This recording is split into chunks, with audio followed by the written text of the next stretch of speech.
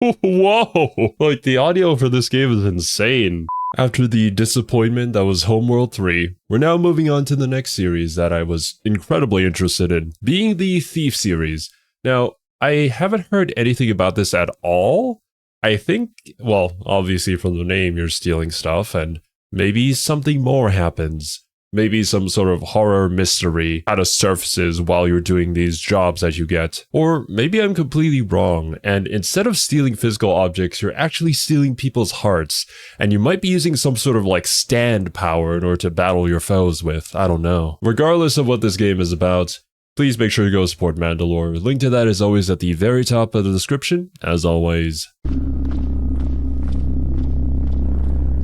Okay. Standard stealth gameplay? You'd never catch me playing this game, no sir. I am incredibly bad at stealth, and I fear the day when I finally get into something like Metal Gear Solid. I wonder if you can action your way through the game? Probably not. Oh.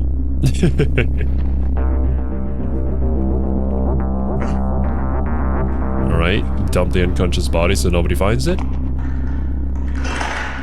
This is really neat though, like when did this game release? These graphics are pretty darn old, but the idea is really fun. Stealing a painting? No, stealing everything we can get, apparently. Flash bomb, nice. Assuming we're not much of a fighter. I love this game. Thief is a first-person stealth Okay.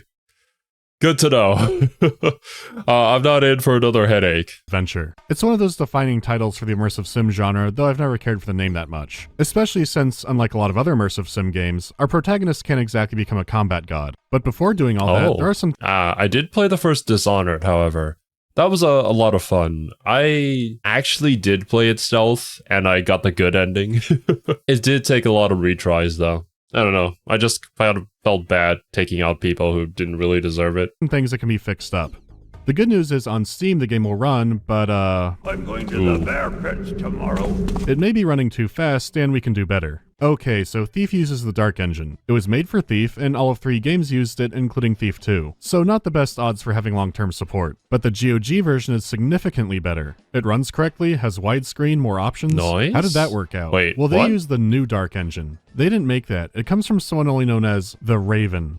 It added compatibility, removed tons of bugs. There was no reason not to use it. But we're not... So just this random person online redid everything so that people can experience the game on new systems? What a giga chad. Nunny? done because what's T-Fix? That would be Thief Fix, which also gives the latest new Dark version. It fixes more things and adds new visuals and enhancements. Some of the visual changes are significant. There are some Thief 2 assets that I think look very out of place in 1, but an option like interactive candles is a huge change to how you play some levels. So you could install that and uncheck near everything, or just install T-Fix Lite, which is all the fixes. That's what I'd recommend for your first time through. You could also want that creative tech sound, but you don't have a sound card. It's not your fault. Who does anymore? As we all know, Fatality was the only one making them, all alone in his garage. There's no room for them now that he makes trail mix or some shit now. So you could use a solution like Creative Alchemy or browse around to find what would work for you. I'll pin links to all this stuff, no worries. It's pretty quick and hassle-free to do all this, and you'll enjoy your time with the game that much more. Just listen to that ambience.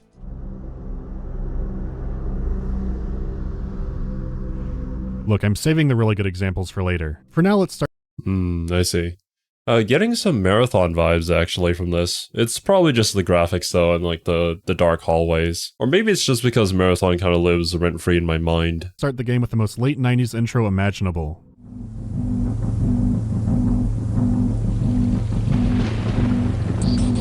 This doesn't seem like such a great place. Perfect for a thief though.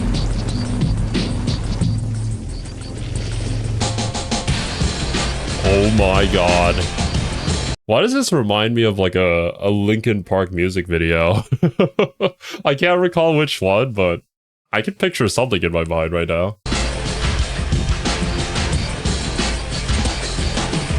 This intro is amazing. I'm a fan of having music you wouldn't expect for your setting, but accompanying it with a creative music video stylized intro, that just raises the bar so high. You should expect unconventional. I mean, the game comes in a trapezoid for Christ's sake. Also, I didn't even question it, but like, demons? Was that a Mandalore edit or... Ironically, you'll get a lot more out of the intro once you've beaten the game, so let's skip ahead to where things are less abstract. The story follows a property reassigner named Garrett. He started life as an urchin, pickpocketing on the streets to survive, until one day his talents were noticed and he was brought into a mysterious organization known as the Keepers. The Keepers trained Garrett further in honing his stealth and other skills, but he eventually left to pursue his own life of thievery, and the game follows just that, playing Garrett's various crime jobs until things get weird. I'll talk more about the story and writing later, but for now that's all you need to know. Garrett's a fun character. Okay, what kind of horror are we going for? Like we end up stumbling upon some secret cult that is trying to resurrect the devil? Or are we dipping into like eldritch horror with them attempting to summon like an eldritch being? It's gotta have something to do with some sort of like secret organization, right? And you really are along for a ride with him. I wonder if he reads them or if it's just for show. They're probably just for show, meant to impress the ladies. Let's start with the visuals. Thief takes place in a gothic medieval setting, with a few twists here and there. You travel from cathedrals to mansions to graveyards to tombs. Then again, a tomb is just a country club version of a graveyard for rich people. But anyway, it's a dark and creepy world. That's one way to describe it. Despite being an early 3D game, it has some fantastic art direction. I find a lot of it striking even today. Of course, it is a game from '98, so not everything can be a winner, especially character models, but what can you expect? What's really cool and central to gameplay is the lighting. Sticking to the darkness is key for survival, so the game has dramatic shadows to complement this. It's straightforward, though if you're still unsure, your light gem will show how exposed you are. This is what the game considers absolute darkness, so you could just assume that Garrett has really good night vision. Of course, as a treasure hunter, you might want to leave some lights on if you can. Leaving on a torch or fireplace can help find trinkets in a room, and flipping on electric lights can help you find your bearings in a confusing layout. Oh yeah, I didn't mention that. It's also a steampunk setting.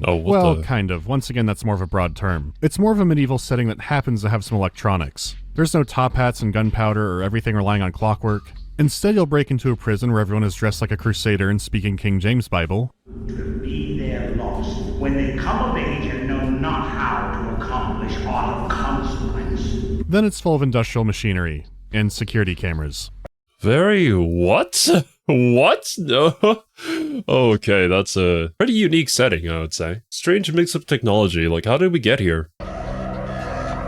So for me, the term steampunk undersells how unique the world is. Their technology doesn't look to be fantastical. If anything, it looks to be unreliable. Thief 2 is a different story, but that's for another day. So style-wise, it's a unique-looking game, and the lighting effects especially elevate the atmosphere. The frick is that? Even above that, when I think of Thief, I think of sound. There are first-person games today that don't propagate sound as well as Thief does. You can hear how far guards are, gauge how loud your footsteps are being. If you lean against the door, you can eavesdrop and even make a guess on how big the room is based on the echo. Even with the sound quality being so compressed, the effect makes it work masterfully. Besides how light and shadows are cast, you're keeping an eye on the floor's surfaces, too. A fancy carpet is almost silent to walk on, whereas something like ceramic tile or metal will be loud and echo. Whoa. When did this game come out? Like, we're considering all of this already? I mean, I don't know if modern stealth games even consider that. So you need to avoid the loud surfaces, or use your tools to make them quieter. It makes you really pay attention to the sound in a way that a lot of stealth games still don't. The ambient soundscape is great too, so there's a lot of enjoyable listening.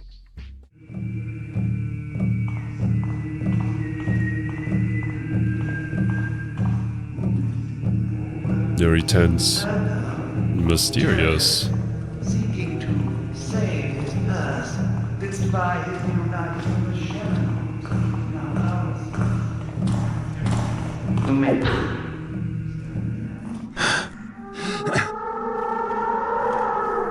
That does not sound good. I think we should be out of here.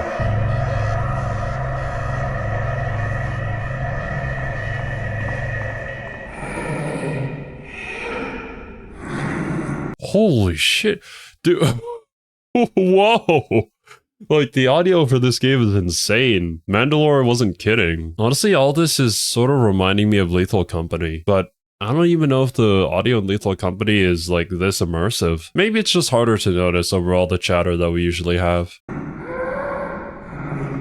Okay, enjoyable might have been the wrong word, but it's good. There's a tension to playing Thief, and the sound immerses you in it.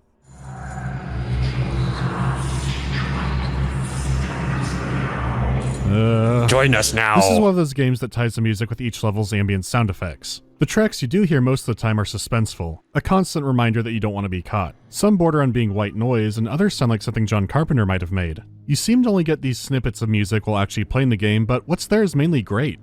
Except for the Thieves Guild. Jesus the heck Christ, is this? it's so compressed. It's like I'm hearing the Matrix through a wristwatch game. So that sucks, but the highlight of the music is in the cutscenes. You get one before every mission and they're great. They build up intrigue or hype you up for the mission. Usually both. And they're accompanied by these smoky, sometimes surreal images. Even the most simplistic, straightforward missions have so much added onto them. Farkas is one of the few merchants willing to risk selling to an independent like me, and his prices are steep. But the other choice is to let one of the so-called city wardens give me orders and take a cut of my profits. They've been after me for years to join one of their stables, but I'm not interested. Maybe they'll get the idea and give up. Oh, dude, this is such a vibe. This is such a mood. I'm digging this, man. It's almost like that noir detective feel, but a little more sci-fi, or maybe perhaps a little more otherworldly. I don't know. More likely they'll just ramp up the threats. I was contacted by a woman named Victoria. She claims to represent a client who was impressed by the way I took care of Ramirez, and now wants me to steal something for him. I need an artist like yourself. What exactly is this item? It is the gemstone called the Eye. It's remarkably stylish, and really elevated by the voice acting. It's well directed and draws you in, which is pretty funny when you compare it to the NPCs in the actual game. Oh, you can't win them all. But I recall hearing that, like, way back in the day when Pixar started doing their first animation, they couldn't really do human beings very well because at the time there were a lot of technological advancements that still needed to be made in order to really replicate that. And that's why they came up with the idea of Toy Story. So maybe it's a similar situation here where, like, the times we didn't really have that great of technology in order to make the NPCs look a lot better than this. Or maybe, you know, the funding was lacking towards that area, and we dumped it in everything else, which I think is probably a good idea. I mean, there are plenty of games nowadays with, like, photorealistic human beings that are kind of uncanny valley, but just because I can see the pores on their faces of the NPCs doesn't really make it a good game for me. There is some prime cut ham. You'll be full of holes! Ooh, I think a baby bird pecked me. But What the hell? Watch the inside. That's stupid. People don't worry about they're on the inside. No, then you catch them before they get inside, you tatter. Oh! There's so much character. So with that, let's get into the gameplay, starting with the difficulty. The settings in Thief work very differently than most games. Typically it would be something like enemies hit harder and more accurately, sometimes very accurately, or they become bullet sponges that— Oh shit, that was Halo. Are you telling me the moment I start playing Halo, I'm gonna get absolutely own-zoned by some snipers? dish out more damage with no AI changes. That's all standard So by what now, was but that Thief game? does none of that. Enemy Looks stats and interesting. AI aren't tweaked at all. Instead, tweaking the difficulty will add more objectives. These are customized for every level. It could be something as simple as you have to steal more treasure, or you could need to go into a dangerous area that you wouldn't otherwise to complete a task. The levels themselves can change with new areas opening up to complete your missions. That's Easier cool. enemy types can be replaced by stronger ones, and frequently you get the challenge of not killing anybody, though knocking them unconscious is a-okay. But it's not entirely clear how long they'll stay alive, because your most common method will be bludgeoning them over the head with a blackjack. They don't have CAT scans to find brain injury. Instead, they have drill a hole into your skull to let out the evil spirits. But considering Oh, healthcare gosh. costs here in America, over the long run it could be an improvement. So this does add replayability, but a lot of the tension does come from not knowing the map layout. Your maps can be old and incomplete and only vaguely show where you are, so you'll be more confident on a that's replay. cool. I'd strongly advise playing the maps on hard even if you're new, because I do think you miss out on a lot on normal. Don't be afraid to go right into expert either, just make sure to scour each room carefully. You never need all the treasure in a map on expert, but you'll need a lot. Even replaying it all now, there was still a time I had to hunt around for the last piece I needed. Bruh. Oh, thank God. Speaking of treasure, you do get to cash out, it's not just for show. Before each mission, there will be some items you can buy and more unlock as the game progresses. What's important here is that money does not carry over between missions, so whatever you grab in one heist is only good for the next. Anything you don't spend I is see. wasted, so you do want to try and zero it out. I know some people don't like this, but I've always found it to be a blessing. I'm the kind of guy who holds a health potion in a game until the end of time, So in Thief, I have an incentive. Well, honestly, I'm kind of the same. I think this way it's also easier to balance the difficulty too. Because then you know for a fact that like at most your player is going to have this much money and this many resources. So you can kind of design your map and level around that. A better way to do it than adaptive difficulty, I would say. But obviously that also has its uses depending on the circumstances. To use all my tools rather than wait for a rainy day that never comes. And there are all kinds of tools at your disposal. The blackjack mentioned before is good for non-lethal takedowns, but only if they're caught unaware. If you come from the front, it's not a Vulcan nerve pinch anymore, you're just beating them to death with a blackjack. So you do have some proper lethal options at your disposal. You have basic broadhead arrows for striking from range, which are later complemented by fiery arrows for breaking the Geneva Convention. That is a zombie! And then you have a trusty sword for killing up close. It's a simple system of knowing when to time your hits and parrying. What's kind of funny is that even years after this, there were still highly acclaimed melee-focused games that wouldn't let you parry on command. But here in— What the hell? What? Well, it's good to know that there's an actual combat system here, though. I thought that, like, the moment that you got caught, you were kind of screwed. But then again, that adds more strategic value to all the tools that you purchased before a match. And, like, depending on your playstyle, you could go a little more risky or maybe a little more stealthy. In Thief, you can have a proper duel. So really, why bother sneaking? The guards don't seem too bad. Jesus Christ, there are so many guards. There's These a few enemies too get many, fast. yeah. There's no way I can keep up. So there's a lesson to be learned here. And you are warned in training.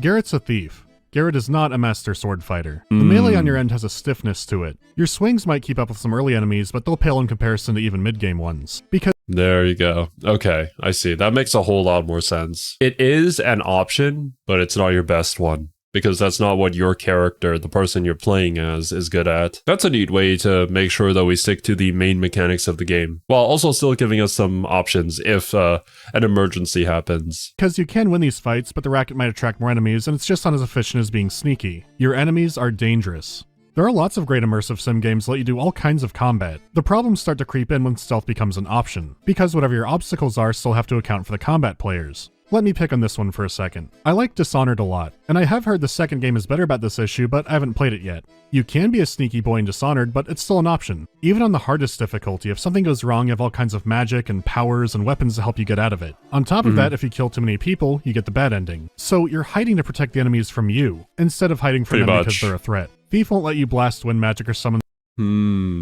That is actually a really good distinction. And I even said that earlier, like, I felt bad killing them. It's not like I was scared that they would kill me. I could immediately go in and just like annihilate the entire enemy force, even on the higher difficulties, because it was like a no-brainer. But that just wasn't very fun. Or well, maybe it was super fun for a lot of people, but not really for my playstyle. And I just wanted the good ending. But of course here we don't have our magical superpowers to rely on, so yeah, it makes a whole lot more sense that we focused on a bit more realistic approach, despite being quite fantastical in our world and setting, and definitely our story here. Swarms of rats, and Dishonored's combat will always be better, but it will remain the tenser game because of its limited combat options. This kind of thing goes for a lot of modern stealth games. I'm sure some of you remember when Assassin's Creed— Well, actually, that also goes for horror games too. I feel as if when a horror game gives me a shotgun or something like that, the horror aspect just kind of goes away. Like, yeah, there's still going to be some scary enemies and some jump scares here and there, but I have a gun. Whereas in a video game where I don't have one, or like my character is just not really equipped for combat, I feel the need to stay on my toes more and probably run away from any threat that approaches us. I think that was one of the aspects that made Outlast so good. Like, you weren't a fighter, and everything in there was trying to kill you. If there are any Resident Evil fans watching, please let me know, but I feel like Resident Evil— was it 7? Where it kind of went back to its like haunted house sort of the original Resident Evil was like that, and everything after that was more action combat gamey. But when it went back to its roots of horror, people really liked that change. But then when you went to Resident Evil Village, which is 8, I think, we kind of went back to the action combat stuff, so I mean, it appeals to a different audience. It could be fun. I've never played them before, but I don't know. I feel like the more horror one would be more up my alley. Creed was at least pretending to try. Most of Thief's tools and weapons are all about affecting the environment, the constant enemy. You have water arrows to snuff out torches and make it darker, moss arrows spread out a quiet carpeted surface on a loud floor, or you could use a noisemaker arrow to distract from the sounds you are making, and rope arrows can help you avoid problem areas entirely or open up a new angle of getting somewhere. It doesn't hold your hand, but it's not overly complicated either. You have some options for getting around and some tools at your disposal, but it's all themed around stealth, because you could knock out a guard to take their key, but now have to deal with hiding a body. Plus, if you do screw up the takedown, they're gonna run off and get help. So instead you can remain sneaky and do some pickpocketing work to get the key. If you do have to fight, why do it fairly? Give them the Korean DMZ special and litter some landmines around. It really is just that easy. As much as I do like a straightforward fight, I do like games that let you be unconventional. Thief's method of dropping you down in a big map with multiple objectives and limited tools is awesome, and I always get excited to see more games like that. When I first played Ground Zeroes, I thought the Phantom Pain would be that on a large scale. It didn't seem too crazy to me back then, but I was also one of those weirdos who put far too much time into it. That turned out not to be the case. So now I want to go over Thief's levels and pacing. It's a roller coaster. After completing your training, your first real mission is to break into a manor. This mission is still training you how to navigate Thief. Even breaking in, there are all kinds of caches and side passages to explore. Sneak quietly, steal quickly, don't get caught. Even in what is technically like the tutorial mission, basically everything's already there. That was another aspect that I really enjoyed on my time playing Dishonored, where there were several different ways you could complete the objective. Obviously, not all of them were like killing the enemy. I think one of the ones with like the most approaches was during a manor mission. Those of you who play the game will probably know. I don't want to say it just in case of spoilers. But there was a particular target that you were after, and there were many different ways that you could go about getting them away from the rest of the crowd and removing them from the situation. There aren't many surprises here, and it makes for an excellent introduction. You can pick up tidbits of lore here and there and learn more about how the world works. They just don't make bears like they used to. Whoa. When that's all done with, the second mission is when things get more elaborate. It's a prison break-in, and the map is significantly more complex. The entire thing is built over a mine where the undead are roaming free. True to their name, the undead aren't staying down when you kill them. It's very much a 0 to 60 experience. You're introduced to the supernatural, more dangerous enemies, louder floors, cameras, alarms. It's a big step, but still a break-in mission. It's expansive, but it gives you a better idea of what to expect for the length of the missions. It's really the next one where opinions start to get divided. The Bone Horde is even more of a maze, but you don't have to hide from guards this time. I'm guessing they wouldn't be able to find their way around. Instead, you fight traps, puking lizards, and hordes of undead. You can still sneak around them, but stealth doesn't seem to be the focus here. Instead of a sleuthy B&E, this is a tomb raid. Understandably, a lot of players hated this shift. Getting caught doesn't matter as much anymore. There are no humans to spare, so everything is free to be killed. Based on the expectations set by the missions before, there's some fair critique out there. My take is that this tomb raid is fucking sick. This is one of my favorite video game dungeons. Sure, you could go full paladin and start smiting the undead like they're on sale, but you don't have I mean, honestly, that could be a good shakeup. It seems pretty fun, but yeah, there are just valid points for both sides of the argument. Anything I say here would just be repeating. I can't really determine how I'd feel about it. It feels like one of those things you just have to try out for yourself. Have to. You can use your agility to dodge past the enemies, use rope arrows, lead them into traps. I've always found it odd to see people describe it as a combat-centric level when it's really not, and that's a choice. I mean, they're zombies. They're dumb, they're slow. If you don't want to deal with them old brains, just walk around them. The Brap Lizards aren't exactly scientists either. I've always seen the Bone Horde as a movement and navigation test. Nearly all the major treasures are about avoiding traps, mastering a jumping and climbing, or both at the same time. It's a good case of wax on, wax off for some later levels, though it is abrupt for Mission 3. It is a sprawling tomb, and even the prison had a clearer layout once you get inside of it. Starting to get the hang of guards then being thrown into this definitely offsets some people. But I've always found it fun, even if it wasn't what I was expecting. That said, the Golden Bone treasure that got added in could have been implemented a lot better, but I'll talk about Thief Gold in a moment. Typically, most people who hate the Bone Horde are really happy with the next mission. This one has you tailing some guards to the city, and if you've played some other stealth games, you might think it's a time waster. But no, you break into an even more elaborate manner than the first mission. There are tons of options and secret passages for getting around. Then you have to escape back out of the city. So following the guards there meant you were learning the layout, and it wasn't for no reason. It is so good.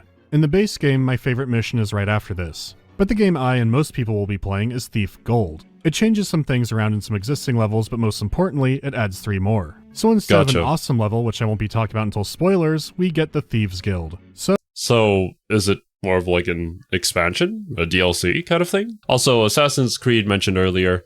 I don't know anything about the series. Haven't played a single one of them. I've only heard the latest one was very controversial and people didn't really like it. But I do know that there were some really good entries into there, and a lot of inspiration was taken from them in other open world games. I think the one a lot of people reference is called something like Brotherhood, Assassin's Creed Brotherhood. I don't know. It's a memory from a distant past.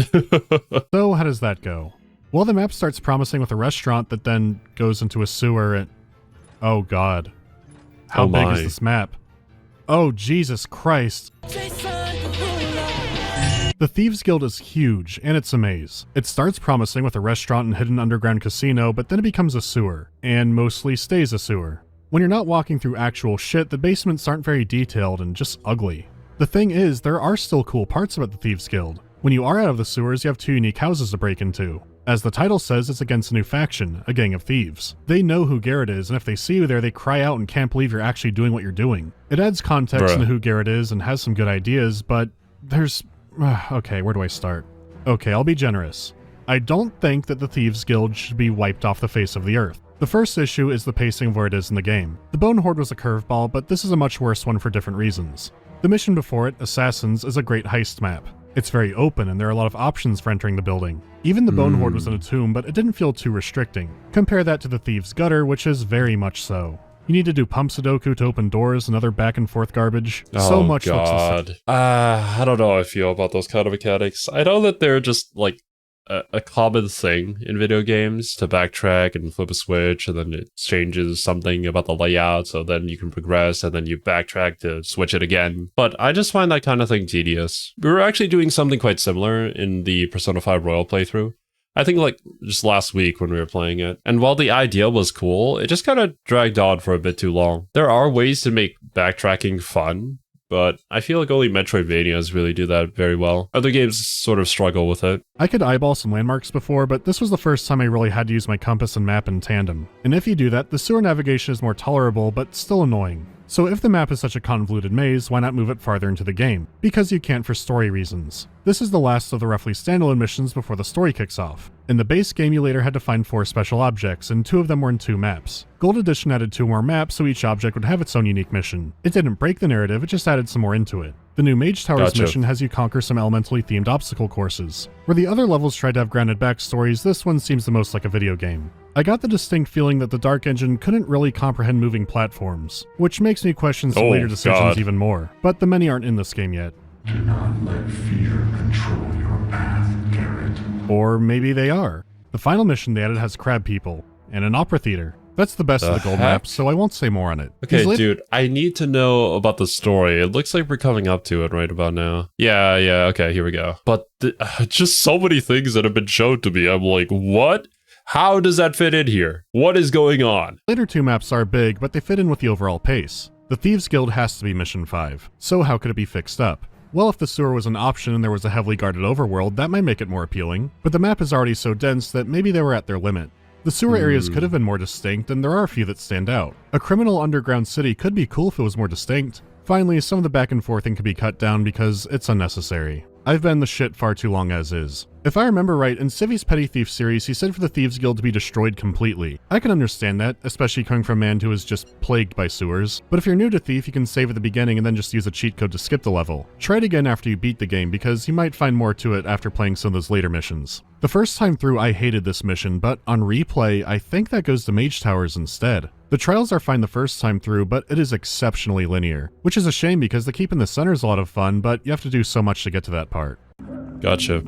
Oh god, what the frick. It is unfortunate though that there are just some maps that don't hit, but hey, that goes for really any video game. When you have a good idea, it doesn't necessarily mean the execution for it is going to be perfect throughout.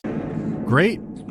Before we get into spoilers, I want to talk about how the game tells its story. Ironically, you're mainly kept in the dark about what's going on in the larger world. Garrett faces off against city guards, other criminals, and a religious organization called the Order of the Hammer. Well, what? The Hammer of Sigma! I do like the fact that the world as a whole, though, is kept more secret. Because, well, you're a thief, right? Like, you're not really concerned about world politics. At least, I think that's how this would go. But you've got a mission, and there is a world that exists around you, and you as the player go into that and slowly uncover and unravel it yourself rather than being told about it. It's much better in almost all cases, in my opinion. The thing is, none of these groups are pure evil or anything. You get the sense that everyone is just trying to get by. How's it going? Garrett's not out for vengeance or anything. So I decided to go after that horn Felix talked about. Not like I had a whole lot of choice, really. The rent is due. My landlord's even tougher than the Hammers. He's crawling through haunted tombs because he's trying to make rent. That's relatable.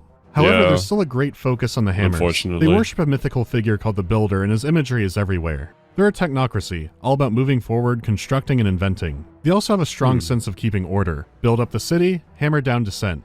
This makes them perfect ideological rivals. It's not personal, but almost all they do makes Garrett's job harder. Water arrows can't put out their electric lights. Their wonders of metal and tile flooring are way louder to walk on. They actively imprison Garrett's fences and contacts and other troublemakers.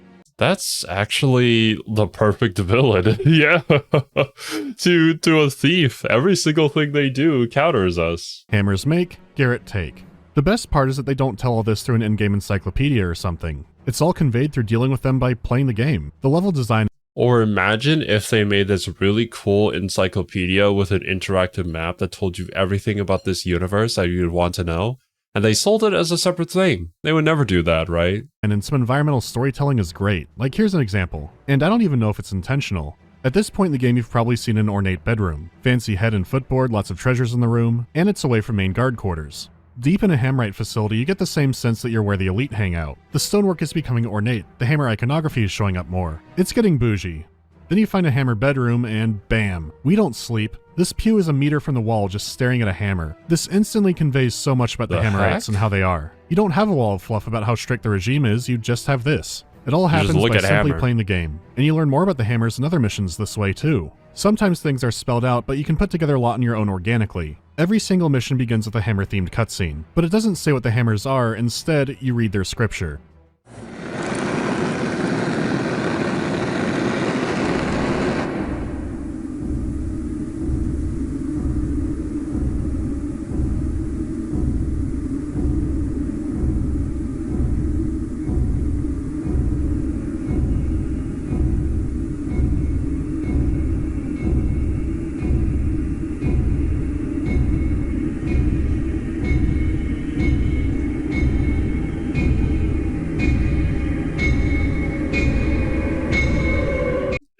Interesting. So we are the stone that is being built by the builder who gives us all these trials and tribulations to make us who we are. The belief that we were put here for a purpose and life is simply a set of trials to shape us into more perfect human beings, to become closer to the image of the builder, maybe?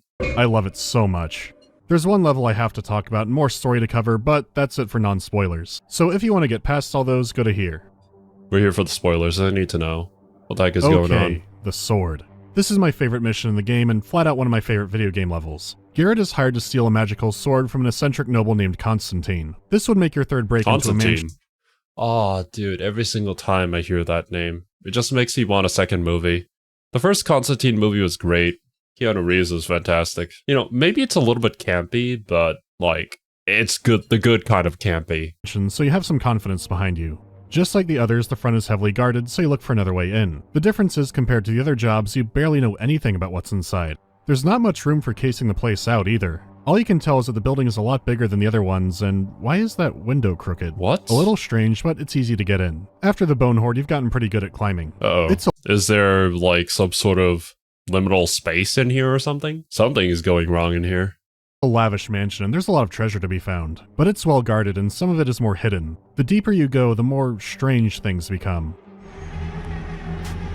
The rooms don't make sense anymore. They don't seem to have a purpose. Even the layout of the more mundane rooms seem like something's off or elongated. It was supposed to be a normal job, but things keep getting creepier.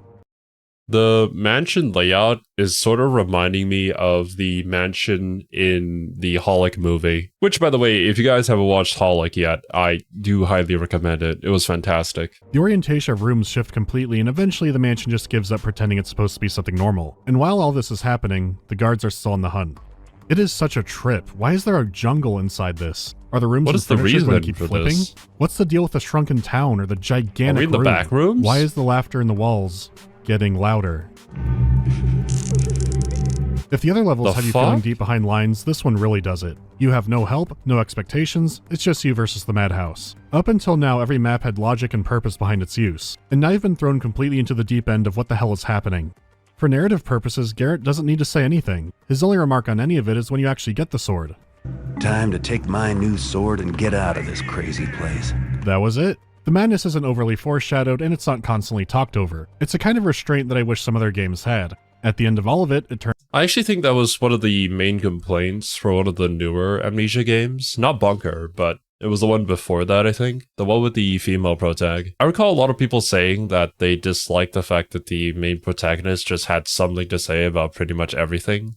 And because of that, it kind of ruined the horror aspect. Unlike the first Amnesia game where my guy barely said anything, and it was mostly you know, screaming at the top of your lungs, trying to run for your life. I don't recall whether there was a case or not.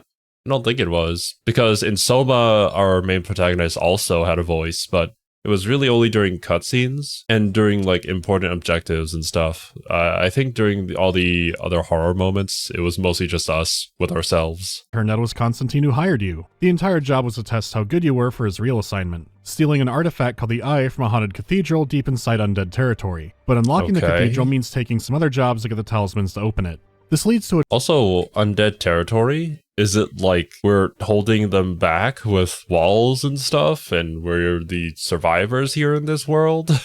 Like, what is going on?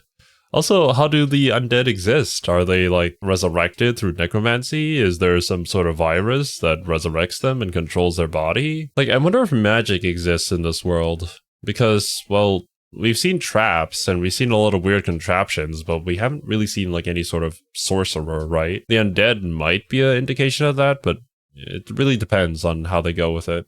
A twist, and I've heard some friends call it a bad one. Constantine and the artifact are actually evil. Yeah? The keepers have sealed the door, and only they know how to open them. I never got the vibe this was an artifact for good. The one tightly sealed inside a cathedral because it fell to ultimate evil. You're being hired by a powerful and wealthy man who isn't using other channels to do this. I never saw this guy and his assignment being bad news as a twist. It's the degree of just how bad he is. I can't tell you how pleased I am with you, Mr. Garrett. I simply can't find the words, but perhaps Victoria can help me in that regard. She has such a way with them. Yes, we are both so very pleased. Victoria. Even though the eye is defective. What? Victoria is quite right, Mr. Garrett. I don't mean to sound ungrateful. Oh, this shit. eye is completely blind. It's a rock. It's what you asked for. Am I gonna get paid or not? Of course. Victoria, are you prepared to give Mr. Garrett his compensation? What the heck are you? Demon? Bow to the woodsy lord and offer up your flesh eye so that his eye of stone may see, man fool. I would rather not. Bids he then the spruces to singer him an antlers, and the woodsy lord binders them fleshes to stone. Also, what is she saying? The woodsy lord? Did you think those ancient phrases were mere words, man-fool? Look, Man-fool. I am the woodsy lord, the trickster of legend. Did you think those ancient phrases were mere words? The scriptures before the missions were worth paying attention to, and the levels had some hints as well. The nemesis of the hammers were pagans and forest spirits, all of which were led by the woodsy lord who they believe the builder drove off, which means some of that artwork had more to it as well. Oh, that's so freaking cool. I love it when games do that.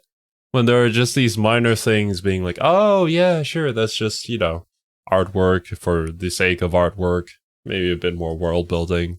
But then it directly relates to the actual missions that you're doing. And you wouldn't realize that until obviously this reveal, or upon a replay of the game. That it's like, oh, it's so obvious, but I just couldn't see it. The mansion and the sword now lines up too. You're not dealing with another weird 1%er, he's a pagan god. Garrett has just found out that Satan is real and he's helped his plans somehow. He doesn't quip or swear revenge for getting his eye taken, he does this, cowering in pure horror. This shit is nuts. It's such a— I mean, I would too. I don't blame the guy. He's just a thief, he's trying to make rent, and now all of this happened. Like, what the frick, man? So now what? Do we team up with the hammers? Do we go off on our own in order to exact revenge? Or do we just try to hide in a hole and hope that the damage that we've done isn't too bad? Real reaction. What's also cool is you have no idea what his plan is unless you explore around in a level. His ultimate plan is to wipe out human civilization and snuff out all light. Once my dark project is realized, they shall know again to fear and love their lord. Not only is the writing stellar, but there's a lot of irony here too. Taking away luxuries and snuffing out light is what you've been doing all game, and now someone is out to do it to everyone and everything. So the Hammers, who you've been plaguing all game, team up with you to stop him. Narratively— oh, heck yeah. Okay, cool. Oh, that's so awesome. With the gameplay mixing with the story and just the irony of the situation. Man, they really thought this one through. I appreciate it when games do that, when writers try to figure out how to make the gameplay work with the story. This is all great, but as for the missions themselves, it's not the high point. 2 of the missions have maps that are partial remixes of what you played before. The mansion from the sword is now being overrun by plant life and strange new creatures, and a hammer temple is being actively invaded. It's not the remixing that's the issue, but these missions are strongly pushing you towards combat now. You can try to sneak around and run past them like you could in the Bone Horde, but there are less options now, and it seems more set up for confrontation. One mission will even add a kill enemies objective if you damage one, so it seems like a lot of fighting inside some anthills. And unlike before where getting around that stuff was an option, here it feels like you're playing it wrong. The final mission is the complete opposite. Instead of constant combat— oh shit! Jesus Christ. Here you can blow past everything. It's still an anthill, but this time you have a ton of room to move around, and it's very linear. It is neat running around in a Chaos Realm, and there are some standout moments, but it feels like wasted potential. Jeez. I was not expecting to go into the pits of hell in a game called Thief. Like, what is supposed to suggest this? If you don't know anything about this game, like, you think, oh, you just steal stuff. No, dude, far from it. We're basically treading along the same path as Doomslayer. Unfortunately, we're not the Slayer, but we are stealthy. I don't get the sense of it being an ultimate test of skill or anything. It's way too simple for that.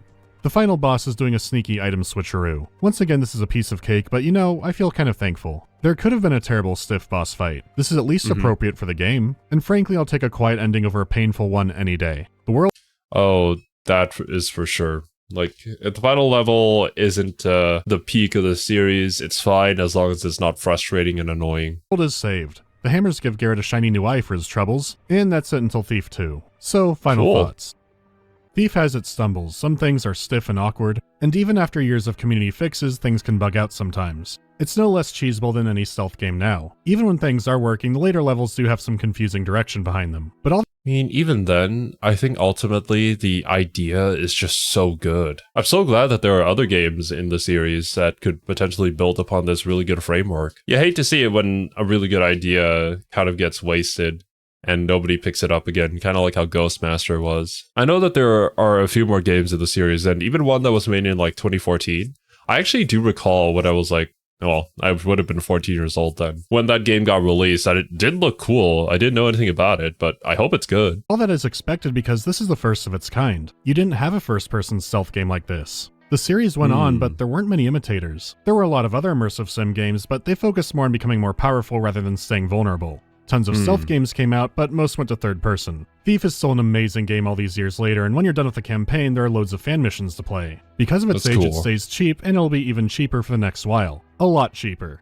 The on-screen link or pinned comment will make it 86% off. The entire trilogy is on sale for 90% off. There was some good negotiating. So in that vein, I'm not done yet. Come back next time for Thief 2. It'd be fun to go through the whole trilogy, maybe the Dark mod. It'll happen eventually. Hopefully before Gloomwood. Oh, God.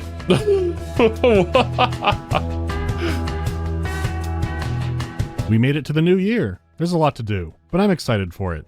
Do I think a good westernized EDF is possible? I don't want to say it would be impossible, but I think a westernized version would either be way too dark or way too tongue-in-cheek. They're on such a tightrope already, but they make it work. I actually don't know anything about EDF. I know Cashew streamed it at one point, but my assumption was that it was just kill a lot of bugs. Space aliens invading and you kill a lot of them. Which essentially, wouldn't that be Helldivers? Maybe the gameplay is just different. Fellow YouTubers, can you beat in a fist fight? You, Sparky, I'm gonna destroy you. Doom 3 and Quake 4 were both departures from the series. Which do you think was the better evolution? I mean, evolution is a strong word for it. I definitely like Quake 4 a lot more as a sequel to Quake 2. I always thought the Strogg were a really creepy and fascinating enemy. It's been so many years that I should probably give Doom 3 another chance, but I think Doom 64 was what I was looking for. If you've never played Doom 64, I highly recommend that. I've never played Doom 64 actually. I only played 2016 and I freaking loved my time playing it. Still gotta play Doom Eternal though. And I know Quake is kind of like the birth of the arena shooters essentially, but I don't know anything about that as well. He plans on making a Bannerlord video now that it's out. Someone asked me about Bannerlord in one of these a long time ago. I'm pretty sure I said I'd be dead by the time it came out. The thing is, it's early access, there's still time. If I make it to the 1.0 or whatever the release version is, then sure, there'll be a Bannerlord video. But until then, there's more to do. Oh no. I don't think there's a way in. It's literally impossible. They are imposing their dominance on all of us. So this is the side of the hammer. But yeah, dudes, that was really cool. I'm excited to see how they expand upon these ideas in the future entries, because for a game made during this time period, like this one has a lot of heart and soul to it. A lot of uniqueness to the setting, as well as some very intriguing plot twists that you wouldn't expect from a game titled Thief: The Dark Project. But that's gonna be it from me, dudes. Thank you guys so much for watching, hope you enjoyed, and I'll catch you in the next one.